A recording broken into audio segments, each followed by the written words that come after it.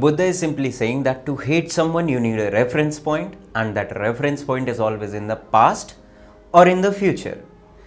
Here particularly Buddha is talking about a reference point that is in the past. When he says that look how he beat me, how he hurt me, if you live with such thoughts, you live in hate. He simply means if you remember all these thoughts, all these negative experiences of the past, then you are going to live in hate. But there is also a possibility of projecting these thoughts in the future. When you are going to be apprehensive, cautious, this should not happen to me tomorrow. Tomorrow this person should not hurt me. Tomorrow this person should not beat me. Then you are again projecting these seeds of hatred in the future. So hate is not an existential possibility in the present moment. Now if you hate someone in your life, it could be anyone. It could be your ex-lover because he or she might have cheated on you at some point in time. It could be your boss because he shouted at you in front of all the colleagues. It could be all sort of people in your life who are always talking to you in a very condescending way, and you find all these reasons to hate. Now in the first case, if you hate your lover, it is because you are meeting that person with a certain image of the past.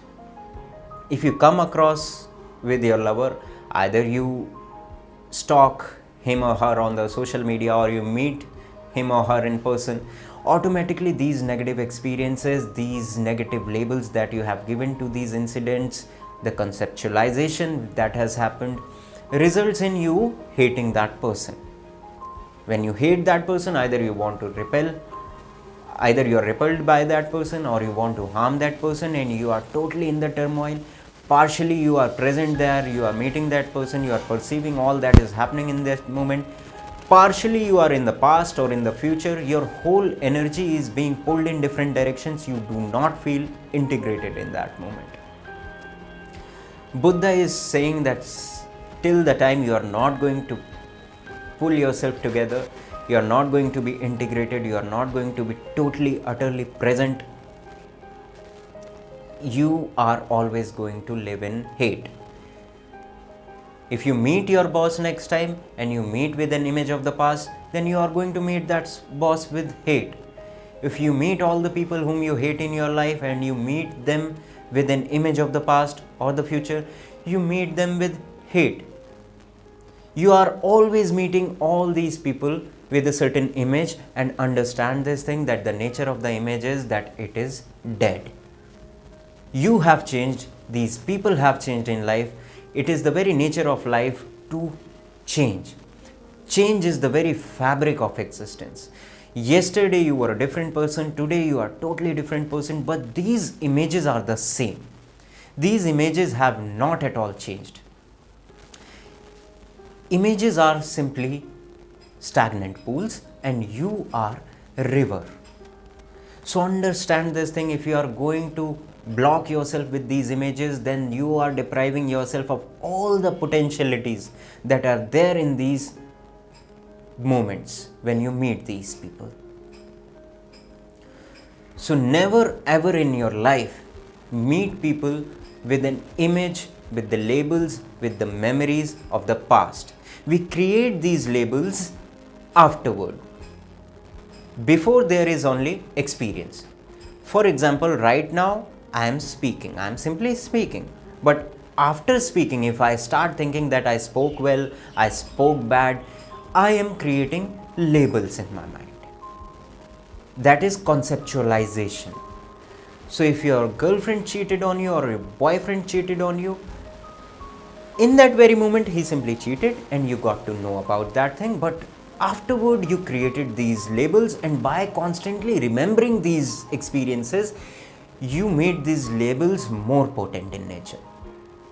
The barrier became stronger and stronger between you and that person. The imaginations became more and more real and the reality weakened.